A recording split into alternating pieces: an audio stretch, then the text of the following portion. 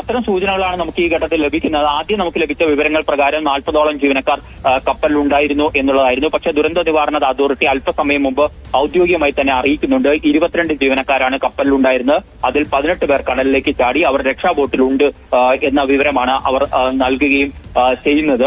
അതുകൊണ്ട് തന്നെ അത്തരത്തിൽ ആശങ്കപ്പെടേണ്ട സാഹചര്യമില്ല. കപ്പലിൽ ഏതാണ്ട് 650ഓളം കണ്ടെയ്നറുകൾ ഉണ്ടായിരുന്നു എന്ന സൂചനകൾ ലഭ്യമാകുന്നുണ്ട്. അക്കാര്യത്തിൽ ഔദ്യോഗിക സ്ഥിരീകരണം ഇപ്പോഴും ലഭിച്ചിട്ടില്ല. നമ്മൾ ഷിപ്പ് ട്രാക്കിംഗ് വെബ്സൈറ്റുകൾ പരിശോധിക്കുമ്പോൾ ഏതാണ്ട് 20 വർഷത്തോളം പഴക്കമുള്ള കപ്പലാണ് ഇത് എന്നാണ് നമുക്ക് മനസ്സിലാക്കാൻ കഴിയുന്നത്. അതിനാൽ തന്നെ കപ്പലിന് കാലപ്പഴക്കമുണ്ട് ആണോ ഇതിന്റെ, അല്ലെങ്കിൽ മറ്റെന്തെങ്കിലും സാങ്കേതികമായ കാരണങ്ങളാണോ അപകടത്തിലേക്ക് നയിച്ചത് എന്നതടക്കമുള്ള കാര്യങ്ങളിൽ വ്യക്തത തരേണ്ടതുണ്ട്. ഇപ്പോൾ രക്ഷാപ്രവർത്തനം കൂടുതൽ കാര്യക്ഷമമാക്കുന്നതിന് വേണ്ടി INS സൂറത്തും INS ഗരുഡയും അപകടം നടന്ന സ്ഥലത്തേക്ക് തിരിച്ചിരിക്കുന്നു എന്നുകൂടി നേവിയിൽ നിന്നുള്ള വിശദാംശങ്ങളും നമുക്ക് ഈ ഘട്ടത്തിൽ ലഭ്യമാണ്. സ്വാഭാവികമായും കോസ്റ്റ് ഗാർഡ് ആദ്യം തന്നെ രക്ഷാപ്രവർത്തനത്തിനായി അവരുടെ 2 കപ്പലുകൾ അയച്ചിട്ടുണ്ട്. ഡോണിയർ വിമാനങ്ങൾ സ്ഥലത്തേക്ക് എത്തിയിട്ടുണ്ട്. ഡോണിയർ വിമാനങ്ങൾ പകർത്തിയ ചിത്രങ്ങളാണ് നമുക്ക് ലഭ്യമായിട്ടുള്ളത്. സ്വാഭാവികമായും രക്ഷാപ്രവർത്തനം സംബന്ധിച്ച കൂടുതൽ വിശദാംശങ്ങൾ അല്പസമയത്തിനകം ലഭിക്കേണ്ട.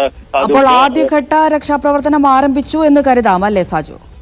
ആദ്യഘട്ട രക്ഷാപ്രവർത്തനം ആരംഭിച്ചു എന്ന് തന്നെ നമുക്ക് ഈ ഘട്ടത്തിൽ കരുതാൻ കഴിയും. കാരണം കപ്പലിൽ നിന്നുള്ള കപ്പൽ തീപിടിച്ച് ആകാശത്തേക്ക് പുകച്ചുരുളുകൾ പൊങ്ങുന്ന ദൃശ്യങ്ങൾ തന്നെയാണ് ഈ ഘട്ടത്തിൽ നമുക്ക് ലഭ്യമാക്കിയിരിക്കുന്നത്.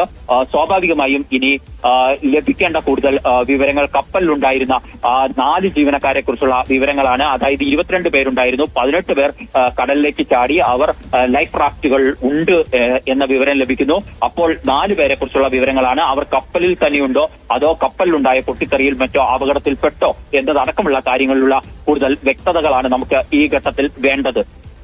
സാജു, അതുപോലെ തന്നെ അറിയേണ്ട ഒരു കാര്യമാണ് ഇത് എങ്ങനെ തീപിടിച്ചു എന്നുള്ള കാര്യം, എന്താണ് അവിടെ നടന്നത്, എന്ത് അപകടമാണ് ഉണ്ടായത് എന്നുള്ള കാര്യം കൂടി അറിയേണ്ടതുണ്ട്.